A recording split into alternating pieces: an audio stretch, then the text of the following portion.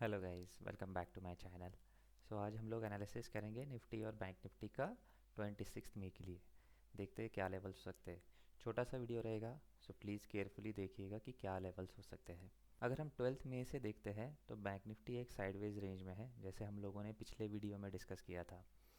तो अभी यहाँ से आगे क्या हो सकता है, पहले हम लोग कुछ लेवल्स मार्क कर लेते हैं। जैसे बैंक निफ्टी का ये एक हॉरिजॉन्टल सपोर्ट है जो हमने पीछे भी डिस्कस किया है, जो कि आता है 54,500 से लेके 600 के रेंज में।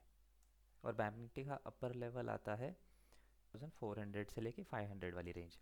तो अगर आप देखोगे बैंक निफ्टी ऑलमोस्ट यहाँ से लेके यहाँ तक 16 दिनों से इसी रेंज के अंदर ट्रेड कर रहा है। तो बैंक निफ्टी अभी फिर से उस अपर रेजिस्टेंस जोन के पास आ चुका है। अभी यहाँ से मार्केट क्या कर सकता है कल के लिए, देखिए दोस्तों, यहाँ पे दो पॉसिबिलिटीज़ है।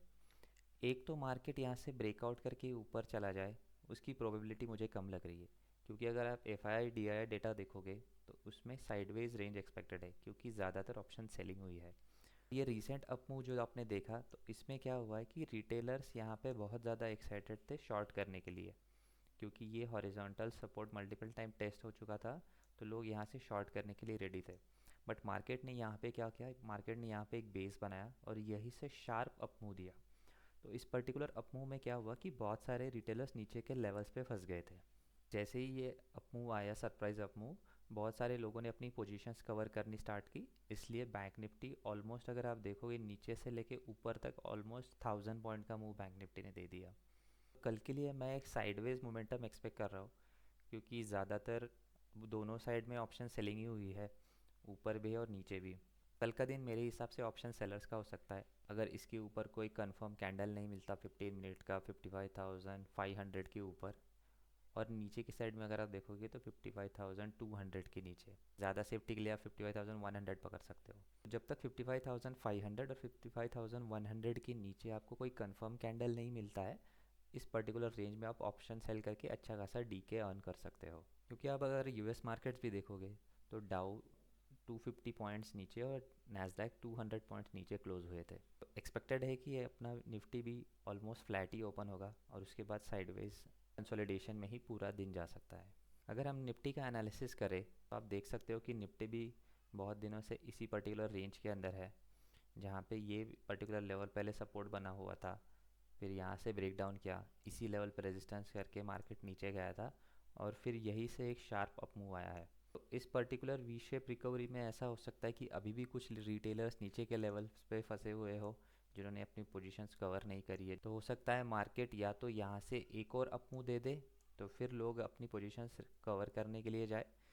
जिस केस में यहाँ पे ये एक्चुअली, अगर आप लेवल्स देखोगे तो यहाँ पे इन पर्टिकुलर लेवल्स पे काफ़ी ज़्यादा सेलिंग हुई है। तो हो सकता है मार्केट इन लेवल्स के स्टॉप लॉसेस खाने को भी जाए। तो मार्केट हो सकता है 25,050-60 यहाँ तक चला जाए मंडे के लिए।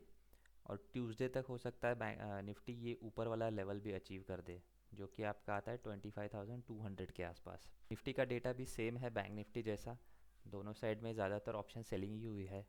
तो कल के साइड में कोई ज़्यादा बड़ा मोमेंटम मैं एक्सपेक्ट नहीं कर रहा हूँ। एक पर्टिकुलर ट्रेड आप यहाँ पे ले सकते हो कि यहाँ पे अगर आपको एक ब्रेकआउट दिखे, क्योंकि ये अगर आप देखोगे तो ये फ्लैग एंड पोल जैसा पैटर्न है। तो इस पर्टिकुलर लेवल को हम अगर ऐसे ड्रॉ करें तो आप देख सकते हो कि यहाँ से ऊपर अगर मार्केट ब्रेकआउट देता है, एक तो यहाँ पे ट्रेड इनिशिएट कर सकते हो 24,880, या तो आपको ज़्यादा सेफ्टी चाहिए तो आप इस पर्टिकुलर लेवल के निकलने का इंतज़ार कर सकते हो, जो कि आता है 24,900 के आसपास। ये लेवल अगर निफ्टी निकाल देता है और इसके ऊपर एक सक्सेसफुल कैंडल क्लोज दे देता है, तो आप एक फर्दर अप मूव एक्सपेक्ट कर सकते हो निफ्टी में, जो कि आपको लेके जाएगा इस वाले टारगेट तक। ऑलमोस्ट आप 100 पॉइंट्स के लिए प्ले कर सकते हो। आपका पहला टारगेट ये हो जाएगा, जो कि आता है 25,000। और मार्केट यहाँ पे भी सस्टेन कर जाता है तो आप नेक्स्ट टारगेट के लिए प्ले कर सकते हो, जो कि आता है 25,050-60 के आसपास। तो इन दो लेवल्स को वॉच करिएगा। अगर मार्केट किसी भी केस में यहाँ से निफ्टी यहाँ से ब्रेकआउट देता है तो 24,900 के ऊपर आपका बहुत अच्छा ट्रेड बनेगा, जो जिस केस में आपका पहला टारगेट होगा 25,000 और उसके ऊपर आपका दूसरा टारगेट होगा 25,060।